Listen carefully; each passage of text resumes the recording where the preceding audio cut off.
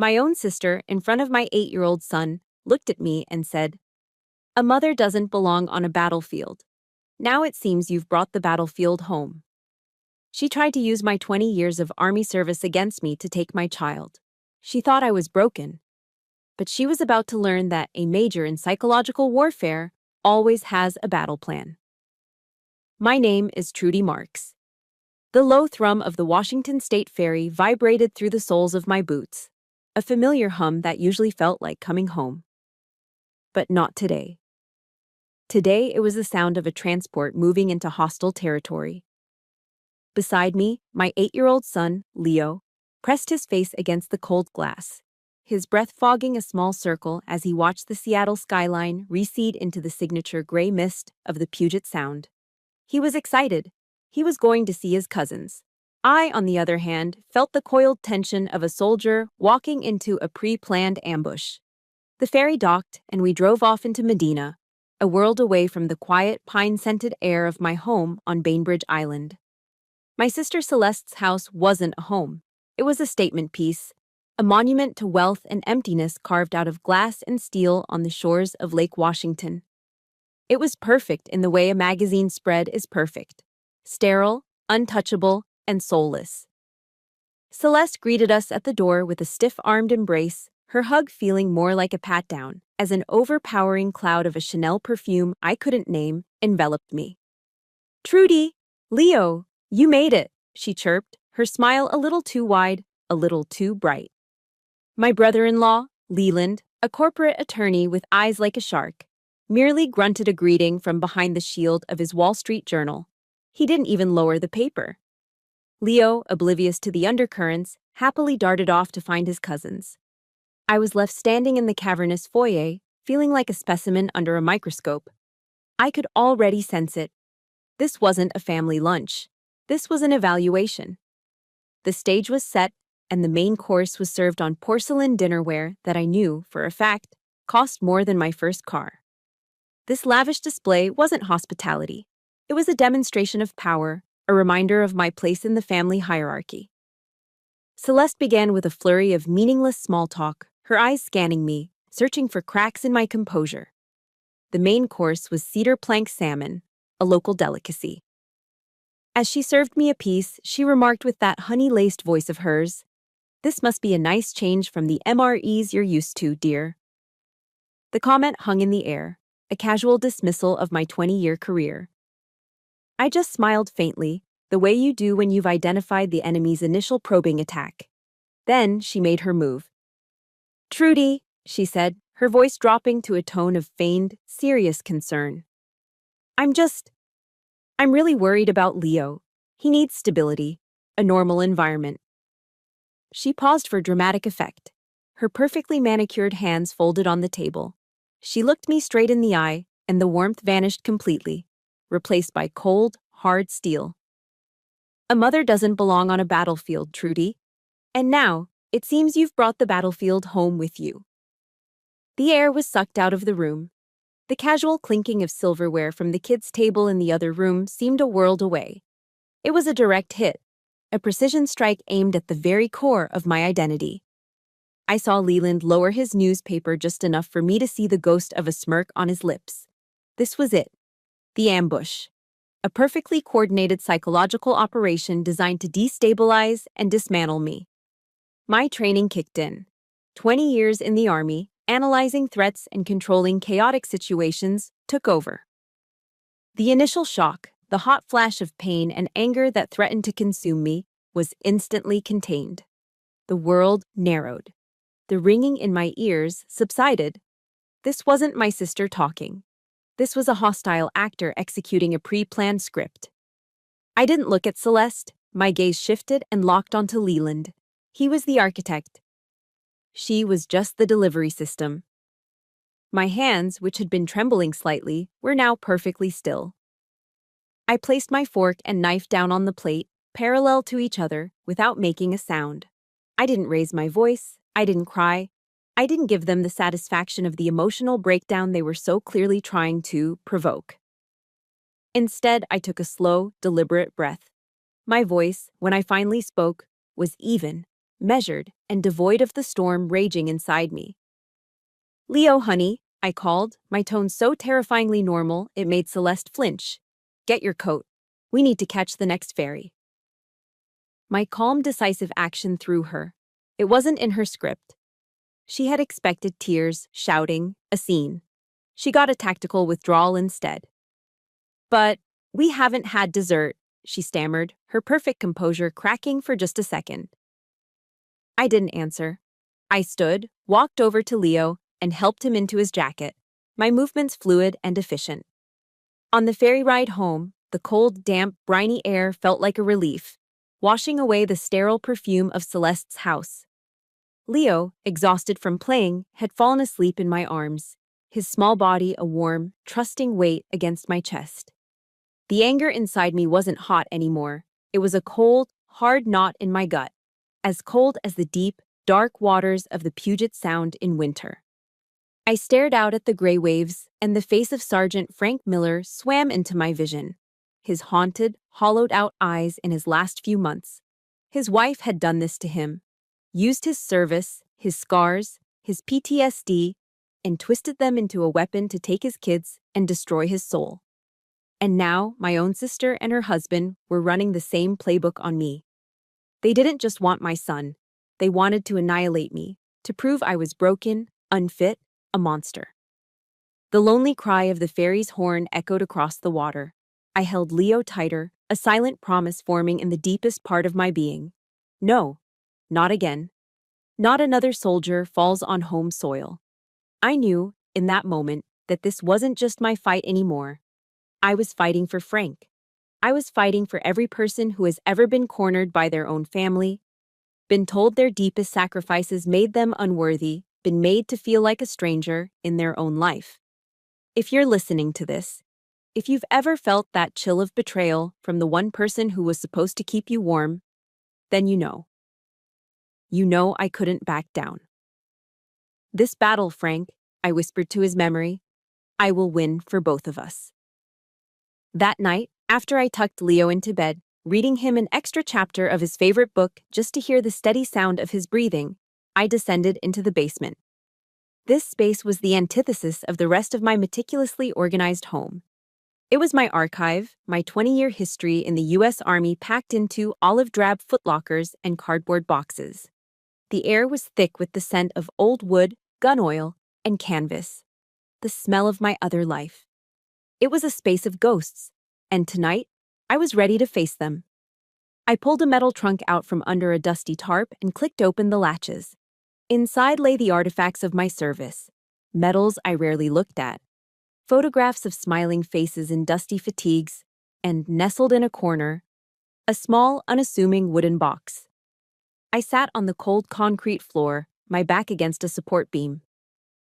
I reached into a small cooler I'd brought down and pulled out a bottle of Mac and Jack's African Amber, the same local craft beer Frank and I used to drink after a grueling week at Joint Base Lewis McChord.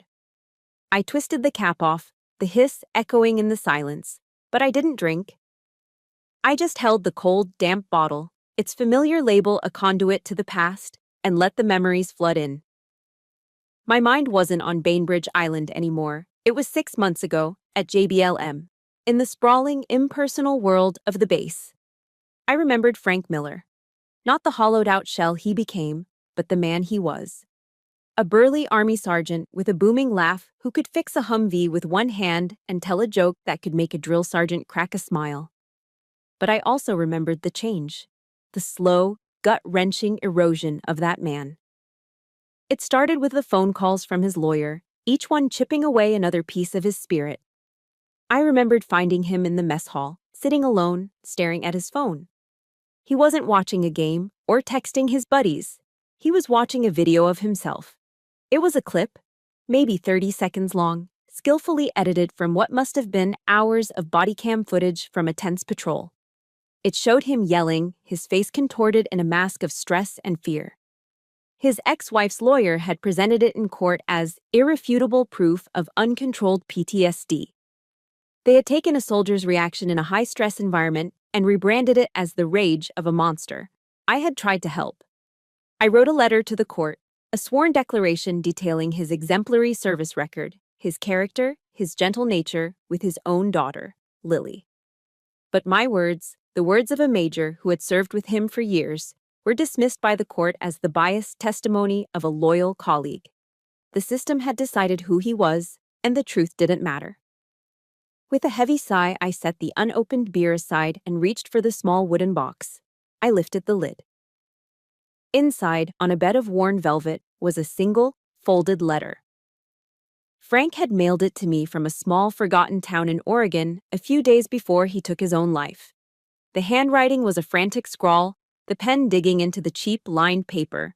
I didn't need to read it to remember the words. They were burned into my memory. But tonight, I needed to feel them again. I needed the pain to fuel the cold fire that had started on the ferry. His words clawed at me from the page. He wrote about his daughter Lily and the last time he'd seen her. He wrote about the fear he saw in her eyes, a fear that had been planted there by her mother. "They turned my love for her into a weapon against me, Trudy," the letter read. "They told the court I loved her in an obsessive, unhealthy way, that my protective instincts were a symptom of my condition. Now I'm even afraid to hug her. I'm afraid she'll flinch. They told my little girl her daddy is a monster, Trudy. And she believed them. They won. They took my soul." A wave of impotent rage, the same rage I'd felt 6 months ago, washed over me, but this time it was different. It wasn't just grief anymore. It was recognition. A chilling, horrifying clarity. This was their playbook. Celeste and Leland weren't creative geniuses. They were scavengers, using a proven, deadly formula they had likely learned from the same dark corners of the legal world that had produced Frank's ex-wife's lawyer. What they did to Frank, they were now doing to me. It wasn't a coincidence. It was a copy. I carefully folded the letter, my hands steady now, and placed it back in its box. My gaze drifted to the corner of the basement, to a display case on a shelf. Inside, folded into a perfect, tight triangle, was the American flag that had draped Frank Miller's coffin. The flag they'd presented to his parents because his ex-wife hadn't wanted it. I walked over and placed my palm flat against the cold glass, my reflection a pale, determined specter superimposed over the stars and stripes. The soldier's creed, leave no man behind. It wasn't just a promise for the battlefield, it was a vow that extended beyond the wire, beyond the uniform. It was for the soldiers who made it home, only to find themselves fighting a new war, a quieter, more insidious one. It was for the fallen. "This time is different, Frank," I whispered, my voice a raw breath in the silent basement. "This time, the monster is going to lose." That flag was no longer just a memorial to a fallen friend. It was my battle standard. The fight for my son had just become a crusade for a brother in arms, and I would not fail. The next morning, I tried to build a fortress of normalcy for Leo. The air in our small kitchen filled with the comforting scent of buttermilk pancakes, a Sunday morning ritual I refused to surrender. I poured authentic Vermont maple syrup into a small pitcher, its amber sweetness a stark contrast to the bitter taste in my mouth. Leo, sitting at the kitchen island in his pajamas, chattered excitedly. He was talking about the new gift from his nice Aunt Celeste, a spaceship nightlight. "It has a little red eye, Mom," he said, his eyes wide with 8-year-old wonder. "Just like a real spaceship from the movies." His innocent words hit me like a physical blow. A cold dread washed over me, a familiar sensation from my years in intelligence. It was the feeling of noticing a detail that was just wrong. An unscheduled delivery. A car parked in the same spot for 3 days straight. In this case, it was the uncharacteristic generosity of my sister. Celeste didn't give gifts without an agenda. This spaceship wasn't a present, it was a Trojan horse. Every instinct I had honed over 20 years screamed that this was a red flag, flapping violently in the quiet morning air of my kitchen. The moment the school bus pulled away from our gravel driveway, the fortress of normalcy crumbled. I walked back into the house, my steps heavy, and went straight to Leo's room. The spaceship sat on his nightstand, a cheerful piece of plastic in a room filled with Lego creations and drawings of dinosaurs. I picked it up. It felt a fraction of an ounce too heavy, a detail no civilian would ever notice. But to a hand trained to detect hidden compartments, it was a dead giveaway. My heart pounded against my ribs as I carried it to my workbench in the garage. With the same precision toolkit I used to maintain my service weapon, I carefully pried open the plastic casing along a nearly invisible seam. And there it was. My breath caught in my throat. A wave of pure, unadulterated revulsion rose from my stomach. Tucked neatly beside the battery compartment was a micro camera. Its tiny lens aimed to have a perfect, unobstructed view of my son's bed. Next to it, a small, unfamiliar chip was wired to the speaker. They weren't just watching me, they were watching my son. They had invaded his sanctuary. This act was more profoundly violating than any insult, any lie. It was a desecration of the most sacred space I knew, my child's safety. This wasn't a family squabble anymore. This was monstrous. The initial shock was quickly replaced by an ice-cold fury. My training took over, pushing the emotional response aside and bringing analytical clarity to the forefront. I knew, with absolute certainty, that this wouldn't be the only device. This was part of a system. I retrieved my professional-grade RF signal scanner from the bottom of my old footlocker, a piece of counter-surveillance gear I'd kept, telling myself it was for peace of mind. I'd never imagined I'd be using it against my own family. Starting in the kitchen, I began a systematic sweep, just as I had been trained to do in safe houses and embassies abroad. The scanner was silent at first, then it emitted a soft beep, growing louder as I moved it closer to the Keurig coffee machine. Taped to the underside of the water reservoir was a tiny microphone, perfectly positioned to capture every conversation in the heart of our home. My stomach turned. I continued. Another alert, this time from the living room bookshelf. Tucked behind a hardcover copy of a Tom Clancy novel, the irony was sickening, was a small GPS tracker. They wanted to know my every move. The final discovery was the one that truly broke me. I went into my own bedroom, my personal space, and swept the ceiling. Above my bed, the scanner screamed. I got a stepladder, my hands shaking with a mixture of rage and violation. I popped the cover off the smoke detector, and there, nestled beside the 9-volt battery, was a high-resolution night vision camera. They had been watching me sleep. They had turned my home, my refuge from the world, into a glass prison. I carefully reassembled everything, placing each device back exactly where I had found it, my movements deft and silent. I sat on the floor of my living room, the quiet house now feeling sinister, every shadow a potential hiding place, every object a possible betrayal. The 5 small evil devices I had found were laid out in my mind like pieces on a chessboard. But I didn't remove them. I didn't smash them. A cardinal rule of counterintelligence, one that was now seared into my soul. Never let your enemy know you've found their surveillance, not until you're ready to use it against them. This discovery changed everything. They weren't just trying to paint me as an unstable mother. They were building a case, brick by insidious brick, using my own life as the raw material. My grief for Frank curdled into a new, terrifying understanding. This wasn't just a copy of the playbook that destroyed him, it was an upgraded version. I realized with a jolt that the strange chip in the nightlight was likely an ultrasonic emitter, designed to emit a low-frequency sound to disrupt Leo's sleep, to make him irritable and prone to outbursts, to create evidence of behavioral problems.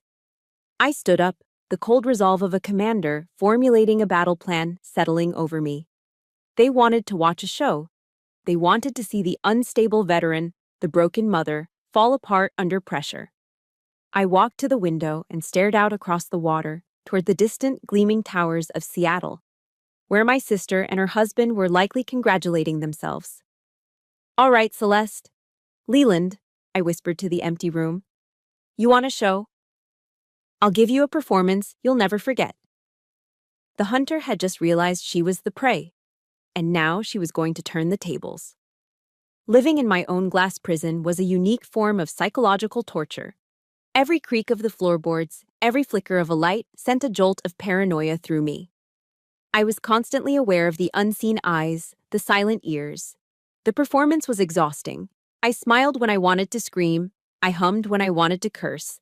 After a few days of this, the walls felt like they were physically closing in. I needed to breathe. I needed a space where I wasn't a target. I needed to get out. So, I drove.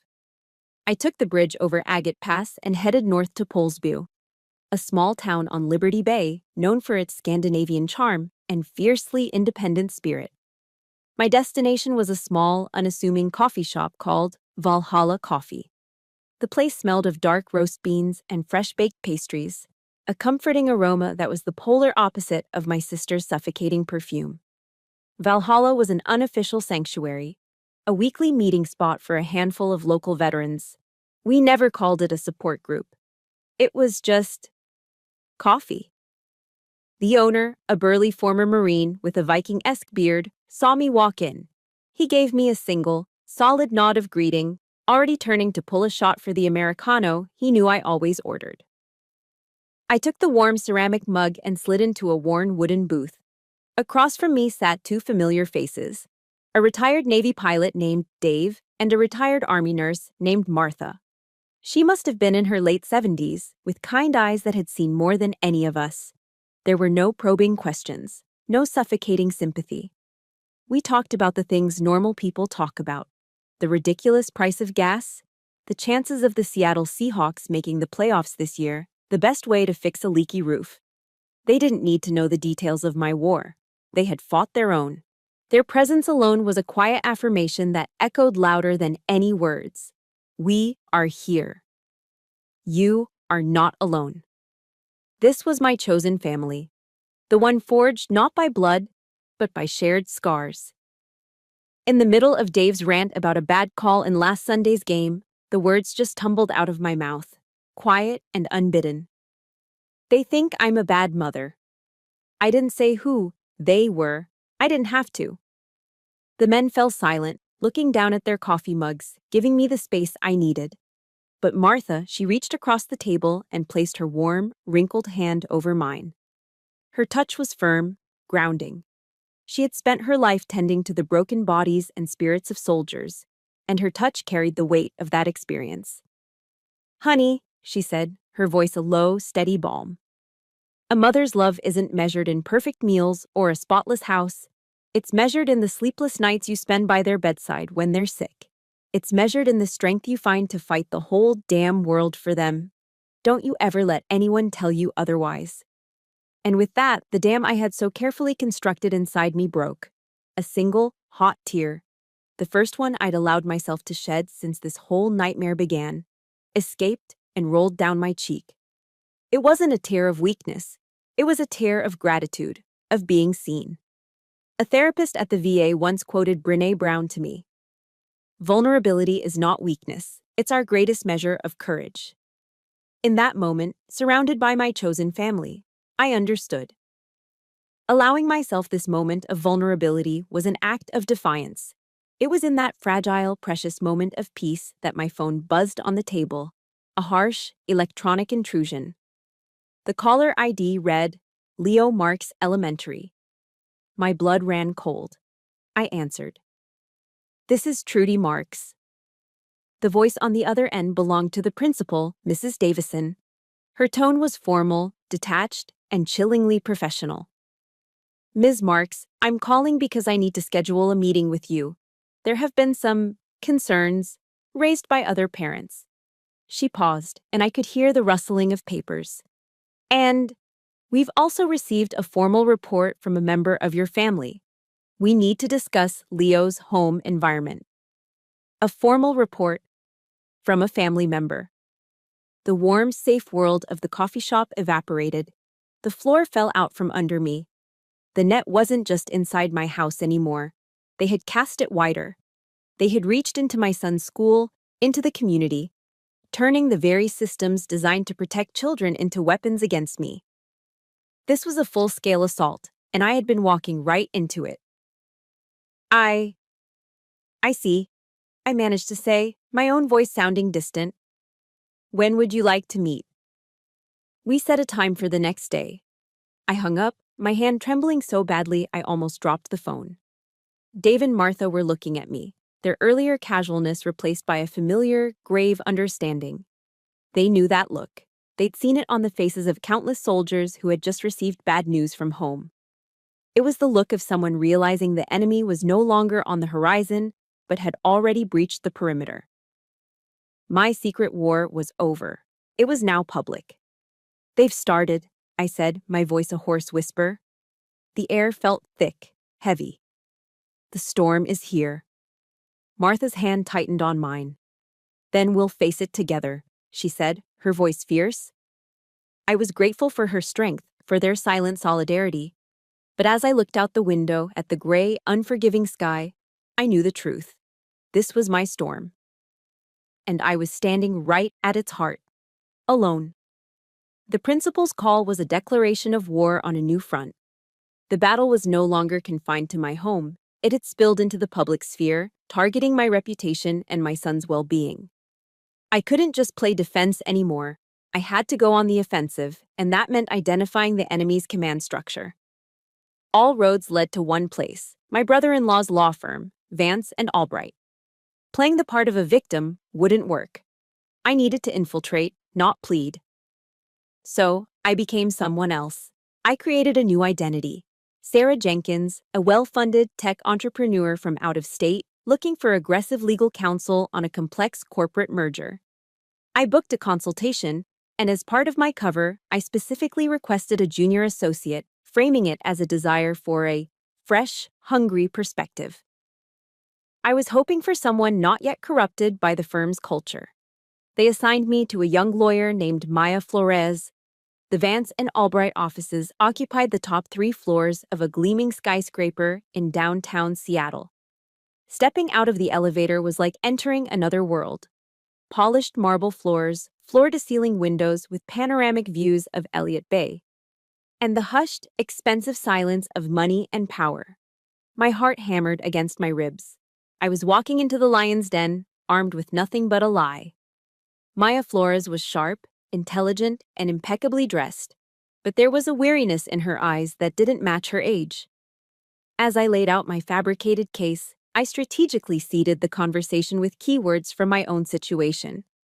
I spoke of a hostile takeover, of a vicious smear campaign by a competitor, of fabricated evidence and a bitter family dispute tangled up in the business deal. With each keyword, I saw a flicker of recognition. A shadow of discomfort crossed Maya's face. She knew. She wasn't just hearing a hypothetical case, she was hearing an echo of something ugly within her own firm. As our meeting concluded, I knew I had my opening. When she walked me to the reception area, our professional distance momentarily closed.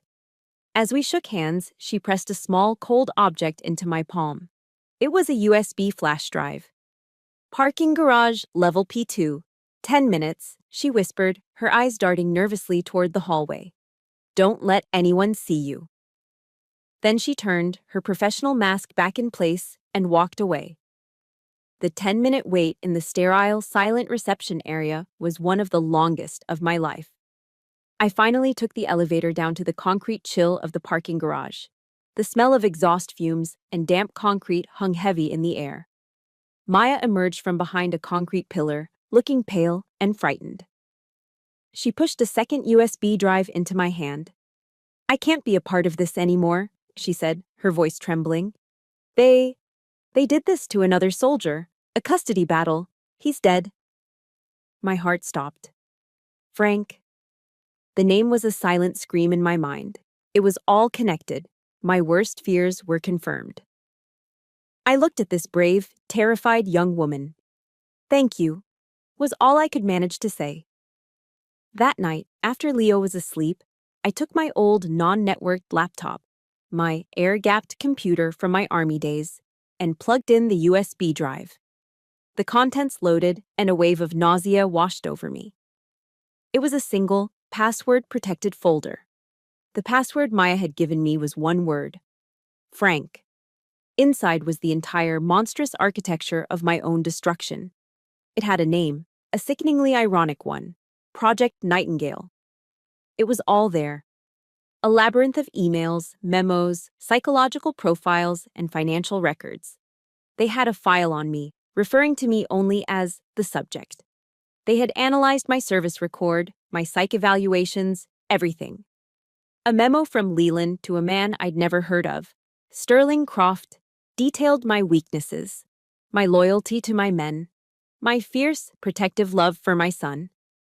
They weren't just attacking me, they were dissecting me, turning my best qualities into pathologies. Another document, authored by Croft, outlined a series of behavioral triggers designed to provoke negative reactions. Celeste's snide remarks about my MREs, the unannounced visits, the constant questioning of my fitness as a mother, it was all scripted. Every move was a calculated play. They had even weaponized my very nature. The subject has a caregiver's disposition, one chilling entry read. We will leverage this instinct, framing her protective actions as obsessive control. The file contained a detailed schematic of my house, with the locations of all 5 listening devices and cameras marked with red X's. They had planned the invasion of my home with the cold precision of a military operation. And Sterling Croft's name was everywhere, the puppet master pulling the strings, with Celeste and Leland as his willing marionettes. My war now had a face. This wasn't just about my sister's jealousy or my brother-in-law's greed. This was about dismantling a corrupt and deadly machine. I felt like I was walking through the valley of the shadow of death, just like the psalm says. But I wasn't afraid. Not anymore. Fear was a luxury I couldn't afford. The USB drive in my hand wasn't just a collection of files. It was a weapon. It was the complete operational blueprint of my enemy. They had given me a map to their entire operation. The question now was, how do I burn it to the ground? Armed with Project Nightingale, I transitioned from defense to offense. The time for reacting was over. My home was no longer just a sanctuary to be protected. It was now a strategic outpost. The enemy had handed me their playbook, and now I was going to use it to write the ending. My first move was a classic psychological warfare tactic, one designed to fracture the enemy's command and control. Sow dissent in the ranks. I knew the microphone nestled under my Keurig was their primary listening post. So, it was time to put on a show. I staged a phone call with Dave, the retired Navy pilot. Pacing in my kitchen, my movements natural but with an undercurrent of agitation, I spoke in a voice just loud enough to be clearly captured. I can't believe it, Dave, I said, infusing my voice with calculated excitement. This new lawyer is a miracle worker. He's found a source. From inside the firm. I paused, letting the silence hang before delivering the payload. He says he has documentation on Croft's entire plan. Something about financial misconduct. He says we have enough to blow this whole thing wide open. I was planting a virus of paranoia, designed to make them look at each other, to wonder who the leak was. It worked faster than I expected. 2 days later, my phone buzzed with a text from a number I knew by heart, but had deleted. Celeste. We need to talk. Just the two of us.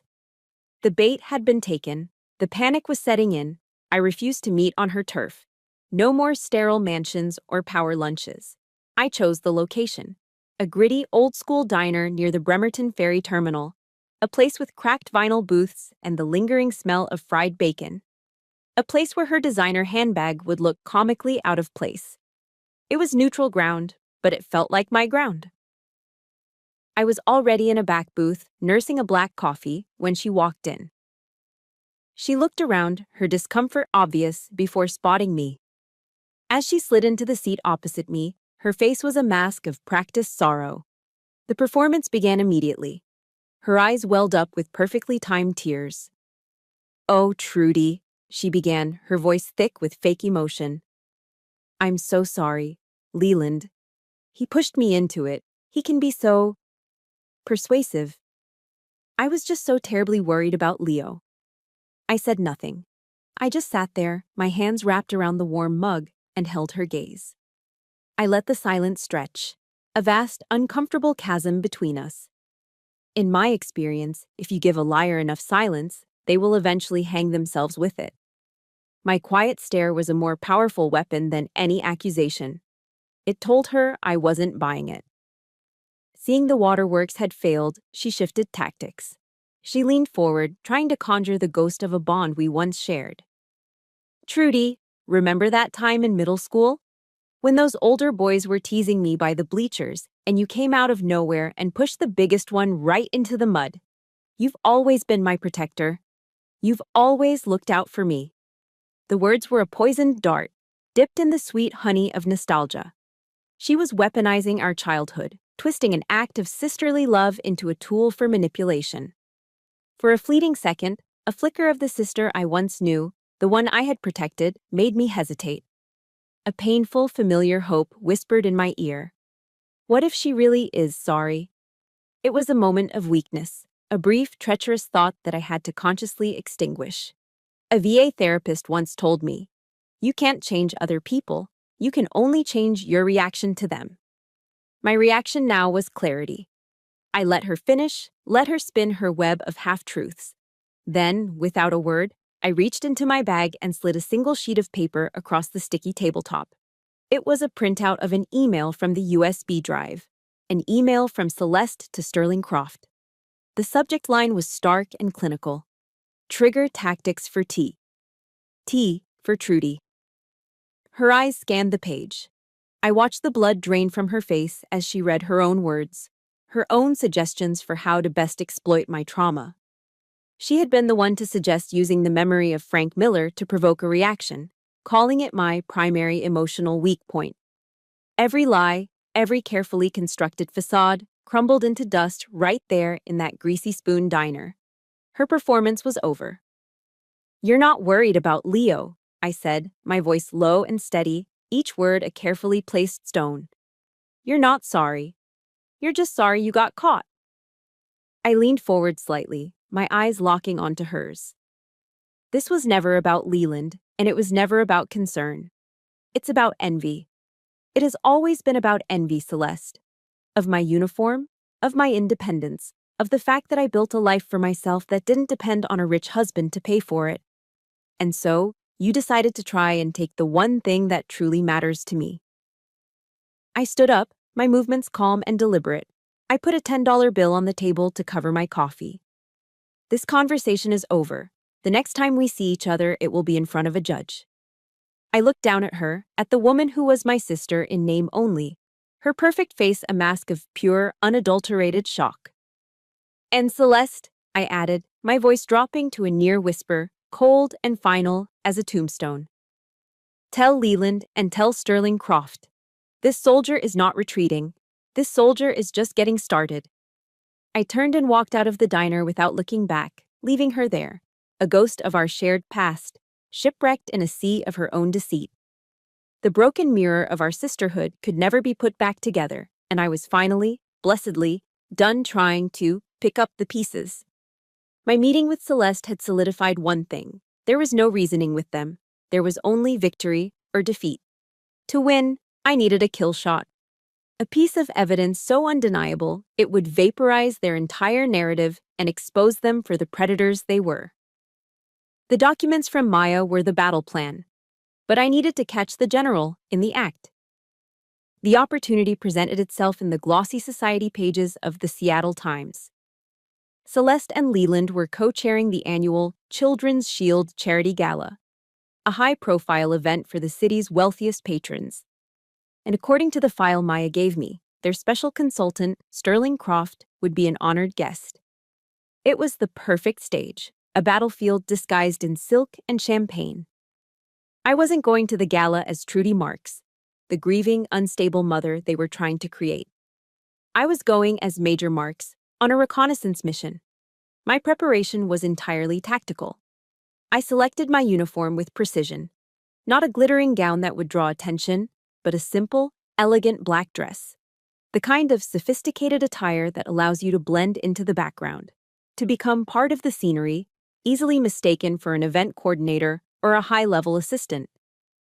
My equipment was minimal but effective. A high-end smartphone with a superior low-light camera and a pen in my small clutch that was also a high-fidelity audio recorder. I wasn't going to a party. I was going hunting. The Chihuly Garden and Glass Museum, nestled at the base of the Space Needle, was transformed into a glittering wonderland. Ethereal glass sculptures in vibrant blues, reds, and yellows twisted towards the ceiling, bathed in dramatic spotlights that made them feel alive. The air hummed with the sound of a live, smooth jazz trio, the clinking of champagne glasses, and the low, self-important murmur of Seattle's elite. I moved through the crowd, a ghost in black, my senses on high alert, cataloging exits, observing security, and tracking my targets. I spotted them immediately. The unholy trinity. Celeste was holding court near a towering, flame-colored sculpture, radiant in a silver dress, her laughter echoing a little too loudly, a little too forced. Leland stood beside her, a smug, proprietary look on his face as he shook hands with a state senator. And with them, a man I knew instantly was Sterling Croft. He was handsome in a cold, reptilian way, his tailored suit fitting him perfectly, but his eyes were flat and predatory. They moved through the room like royalty, accepting accolades for their supposed generosity, the very picture of civic-minded philanthropy. Then came the speeches. Celeste took the stage, standing before a large banner that read, "The Children's Shield." A wave of physical nausea rolled through me as I listened to her speak with breathless sincerity about protecting the innocent, about shielding fragile young souls from unstable and damaging home environments. She was using the very real pain of abused and neglected children as a shield for her own monstrous actions, using charity as a weapon to burnish the public image she would use to steal my son. It was the most profound, sickening hypocrisy I had ever witnessed. I gripped the recording pen in my clutch, the cool, hard metal a small anchor in a sea of silent rage.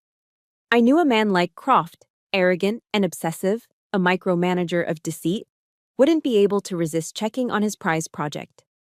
My job was to be patient, to observe his patterns, and to anticipate his next move. I watched him circulate, watched him schmooze, his smile never quite reaching his cold eyes. Then, it happened. I saw him discreetly check his phone, a flicker of irritation crossing his smooth features. He excused himself from a conversation with a polite murmur and moved purposefully toward a hallway marked "Staff Only." This was it. The moment. I followed, keeping a safe distance, using the large, colorful glass installations and the milling crowds as cover. He glanced over his shoulder once, a reflexive, paranoid gesture, but his eyes swept right past me. I was just another woman in a black dress, invisible. He slipped into a small administrative office, leaving the door slightly ajar, not quite latched. My heart began to pound a heavy rhythmic drum against my ribs, but my training kept my breathing even, my hands steady. I crept closer, my heels silent on the polished concrete floor until I was just outside the door, shrouded in the shadow of a massive blue glass chandelier. I peered through the narrow gap, and my blood ran cold. There he was. Sterling Croft, bathed in the pale blue glow of a laptop screen. And on that screen, unmistakable and sickeningly clear, was a live feed from the night vision camera in my bedroom. He was watching me, or rather, he was watching an empty room, waiting for me to appear. He was checking his traps. At a gala meant to protect children from predators, he was actively engaged in being one, indulging in the illegal surveillance of a mother in the sanctity of her own home. The adrenaline hit me, sharp and clean as breaking glass. This was the shot. This was the smoking gun. My hands were rock solid as I raised my phone. Through the narrow crack in the door, I angled the camera. The low light was a challenge, but the phone's sensor was exceptional. I didn't use the flash. I took a burst of photos, the nearly silent clicks of the digital shutter masked by the distant, mellow notes of the jazz trio. The images were clear, damning, and irrefutable. Sterling Croft, the celebrated consultant, his face illuminated by the illegal surveillance footage of my home. I had it. The proof. The bullet for my gun. And in that moment, I felt a connection to all of you who are listening. To anyone who has ever felt powerless, who has ever been the sole keeper of a terrible truth, desperately searching for that one single piece of evidence that would make the world believe you. This is that moment. This is the moment the tables begin to turn. I slowly, silently, backed away, melting back into the shadows of the hallway and then into the oblivious, glittering crowd. A wave of triumphant ice-cold adrenaline surged through me. It was the pure, clean feeling of a successful mission. I had my weapon. I had the final, undeniable piece of the puzzle. The next chapter would not be about hunting. It would be about firing the shot. The night before the hearing, I didn't sleep. It wasn't anxiety. It was the calm focus of a soldier before dawn, the quiet hum of readiness. My lawyer, Marcus Thorne, a sharp, no-nonsense man Maya had recommended, had the full arsenal. We weren't just going to defend, we were going to attack. But not in the courtroom. Not at first. We were going to hit them where they lived, in the court of public opinion. Working through the night, Marcus's team packaged the entire Project Nightingale file, the emails, the psych profiles, the damning photo of Croft at the gala, into a secure, anonymous digital drop. The recipient was a Pulitzer-nominated investigative reporter at the Seattle Times, a woman known for taking down corporate giants. We knew that Leland and Celeste valued their public image above all else. We were about to incinerate it. As I sat in the sterile waiting area of the King County Superior Court the next morning, my phone began to buzz. Then, Marcus's phone buzzed. A news alert. The digital front page of the Seattle Times was live. The headline was a cannon blast. Project Nightingale. When a top-tier law firm weaponizes family trauma. The article was a meticulous, brutal takedown, detailing the conspiracy, naming Vance and Albright, and featuring the grainy but undeniable photo of Sterling Croft viewing the illegal surveillance feed. The story was spreading like wildfire across social media. The first shot had been fired, and it was a direct hit. Moments later, Celeste and Leland swept into the courthouse, radiating an aura of untouchable confidence. Celeste was dressed in a pristine cream-colored suit, the picture of a concerned, respectable matriarch. Leland walked with the arrogant swagger of a man who believed he owned the world. They were completely oblivious to the digital inferno that was already consuming their reputations. They smiled thinly at me, a look of pity and condescension, and took their places at the opposing table. Their lawyer, a slick man in an expensive suit, stood up and began his opening remarks. He painted a picture of me as a highly decorated but deeply troubled veteran, whose untreated PTSD posed a significant risk to my own son. I sat perfectly still, listening to the web of lies, my expression unreadable. Then Marcus Thorne stood up. He didn't raise his voice. He simply walked to the judge's bench. "Your Honor," he said calmly, "before we proceed, I believe this is relevant to the case at hand." He placed a freshly printed copy of the Seattle Times article on the bench. The judge, a stern, experienced woman named Judge Albright, picked it up. Her eyes scanned the headline, then the first few paragraphs. I saw her jaw tighten. A deep frown etched itself onto her face. She looked up, her gaze like ice, and fixed it on Leland. "Counselor Vance," she said, her voice dangerously quiet, "I believe we have far more serious matters to discuss today than the plaintiff's parenting style." Leland, looking confused, was handed a copy by his own stunned associate. I watched as his face went through a rapid, satisfying series of transformations, from arrogant confidence to confusion to dawning horror, and finally to ashen, wide-eyed panic. He looked at the photo of Croft, then at me. Celeste, seeing the look on her husband's face, began to tremble, her carefully constructed composure shattering like cheap glass. The momentum had shifted. The ground had given way beneath their feet. "Furthermore, Your Honor," Marcus continued, his voice resonating with authority, "since my client's character as a mother has been so viciously attacked based on video evidence, we would like to present the full, unedited versions of those videos to the court." On the large screen in the courtroom, our evidence began to play. First, the clip of me saying, "When things settle down." But in the full version, the camera panned to show the section of our backyard fence that had been damaged in a recent windstorm. My full sentence was, "We'll have your friends over when things settle down, honey, right after I get this fence fixed so the dog doesn't get out." Next came the proof of Leo's supposed behavioral issues. The unedited footage showed a happy, energetic boy. But then Marcus's audio expert isolated a high-frequency, barely audible sound emanating from the spaceship nightlight. He explained to the court how such frequencies are used to cause agitation and sleep disruption. The room was silent, the implication hanging heavy and poisonous in the air. The final video was from my own bedroom camera, time-stamped at 2 a.m. It showed me entering Leo's room, not in a rage, but on tiptoe. It showed me gently pulling his blanket back over his shoulders, stroking his hair, and humming a soft lullaby before quietly slipping out. It was a simple, tender moment of motherhood. The very thing they had tried to twist into something monstrous. It was the truth, and it was devastating. Their entire case, their entire narrative, had been systematically dismantled and destroyed using their own weapons. It was a complete and utter rout. Judge Albright looked at Celeste and Leland with an expression of pure, unadulterated disgust. "This court," she declared, her voice ringing with finality, "finds these proceedings to be a malicious and fraudulent abuse of the justice system. The plaintiff's petition is dismissed with extreme prejudice. Furthermore, I am ordering a full investigation into the firm of Vance and Albright and a Mr. Sterling Croft for illegal surveillance, conspiracy, and perjury." Celeste let out a strangled sob, but it wasn't the sound of remorse.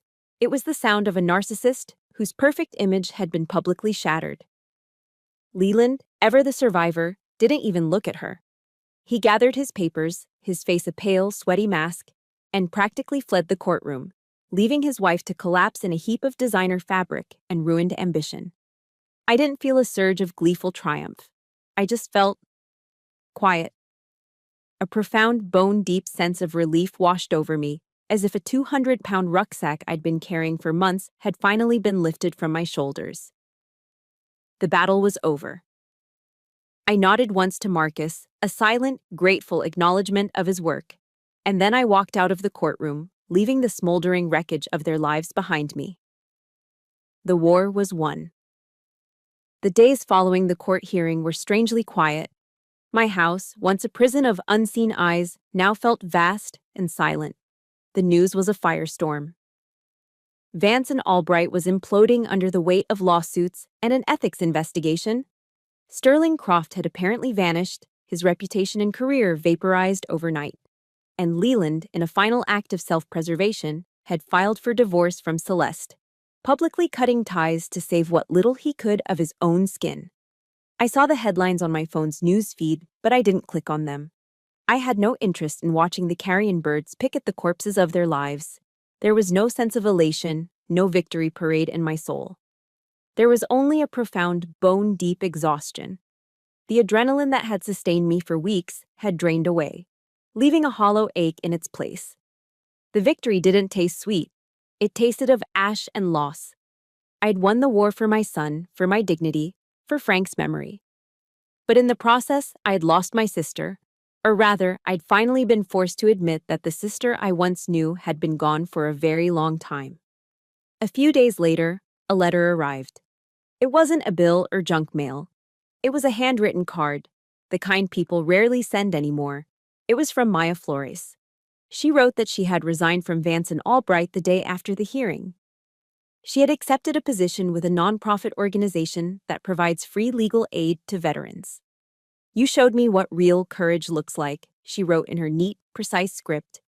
"Thank you for helping me find my own moral compass again." I held the card to my chest, a small warm ember in the cold aftermath of the battle. My fight had, in some small way, helped someone else find their own. Then came the email. It was from Celeste. The subject line was just my name, Trudy. The tone was completely different from any of her previous communications.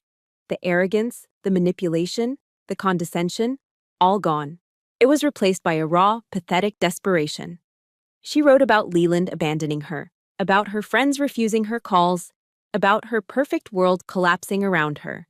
She begged me to forgive her, to help her, to remember that we're sisters. I read the email twice. A final bitter wave of anger rose in me. There was no remorse in her words, not for what she had done to me, not for what she had tried to do to Leo. Her sorrow was entirely for herself, for the consequences she now faced. She wasn't sorry she had tried to burn my life to the ground. She was just sorry she had gotten caught holding the matches. Forgiveness, I realized, cannot be granted when it is not truly sought. It cannot be a cheap bandage for a self-inflicted wound. I didn't reply. Instead, I began a ritual, my own quiet ceremony of severance. I started in Leo's room. I took the spaceship nightlight from his bedside table, its cheerful plastic shell now a symbol of profound betrayal. I went to the kitchen and untaped the microphone from beneath the Keurig. I retrieved the GPS tracker from behind the Tom Clancy novel. And finally, I stood on the stepladder in my bedroom and removed the night vision camera from the smoke detector. I gathered the 5 small, sinister devices on my kitchen table. I didn't smash them with a hammer. I didn't throw them against the wall. That would have been an act of rage. This was an act of peace. With my precision toolkit, I calmly and methodically dismantled each one, piece by tiny piece, neutralizing them, stripping them of their power and their malicious purpose, and reducing them to a harmless pile of plastic and wires. Then I went outside into the damp, cool air of my backyard. I had a small metal burn barrel I used for yard waste. Into it, I placed the final, crumpled letter from Frank. On top of it, I placed a printed copy of Celeste's desperate email. I struck a match. The flame caught the edge of the paper, and the words that had caused so much pain began to curl, blacken, and turn to ash. As the smoke drifted up into the gray Pacific Northwest sky, I felt the heavy weight of the past begin to lift, molecule by molecule. There is a philosophy among some of the Native American tribes of this region, a deep respect for the natural cycles of life, death, and rebirth. They understand that some things must die for new things to grow. Standing there, watching the last embers glow, I accepted it. The relationship with my sister was dead. It had been for years. I had just been refusing to sign the death certificate. I walked back inside. I picked up my phone, my fingers steady. I found Celeste's contact information and held my thumb over the delete button. This wasn't an act of hatred. It was an act of healing. It was the final necessary step in building a firewall to protect my future, and Leo's. I pressed the button. Then I did the same for Leland. A profound sense of tranquility settled over me, a quiet I hadn't felt in months. The war was over. The ghosts had been put to rest. Now it was time to heal. 6 months passed. The chill of winter gave way to the gentle, persistent rain of a Pacific Northwest spring. The world outside my window began to come alive again, and with it, so did I. On a bright Saturday morning, I was in my garden, my knees covered in damp earth. Beside me, Leo was carefully planting a young rhododendron, the state flower of Washington, its waxy green leaves full of promise. The air was clean, smelling of wet soil and pine needles from the tall Douglas firs surrounding our property. I plunged my hands into the cool, dark soil, feeling its texture, its life.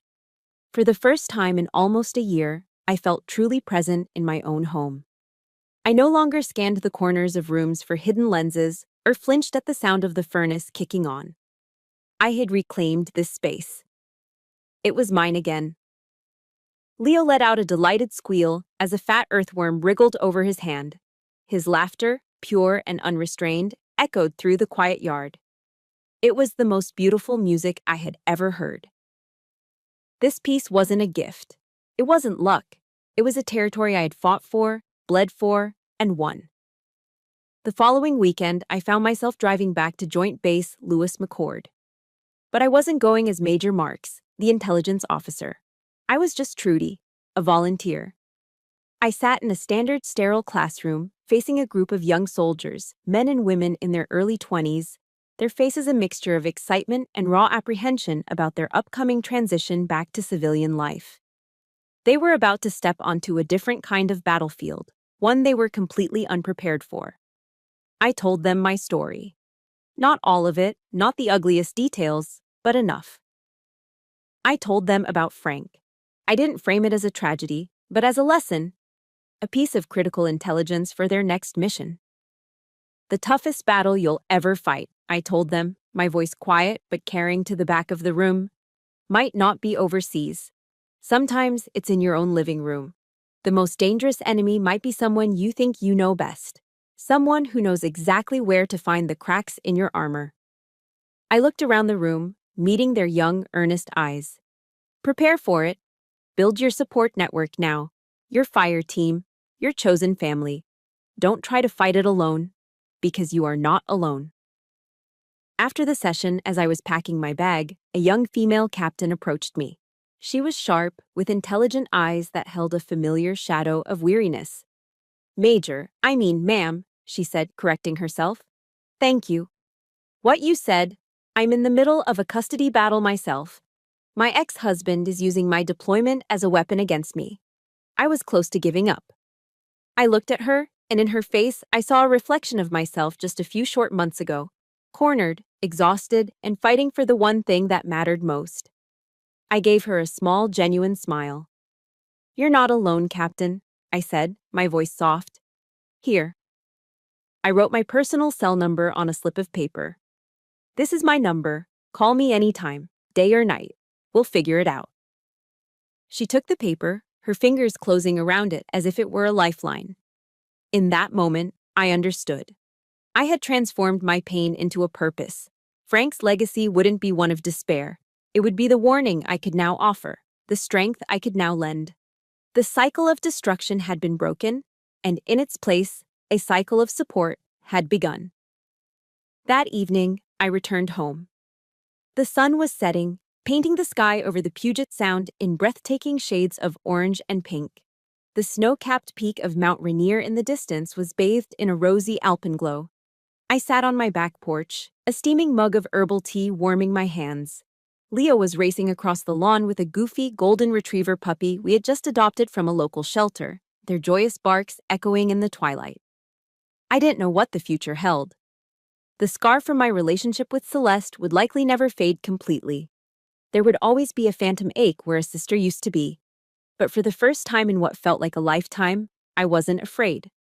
I had walked through the valley of the shadow of death, faced the darkness in my own family, and emerged on the other side.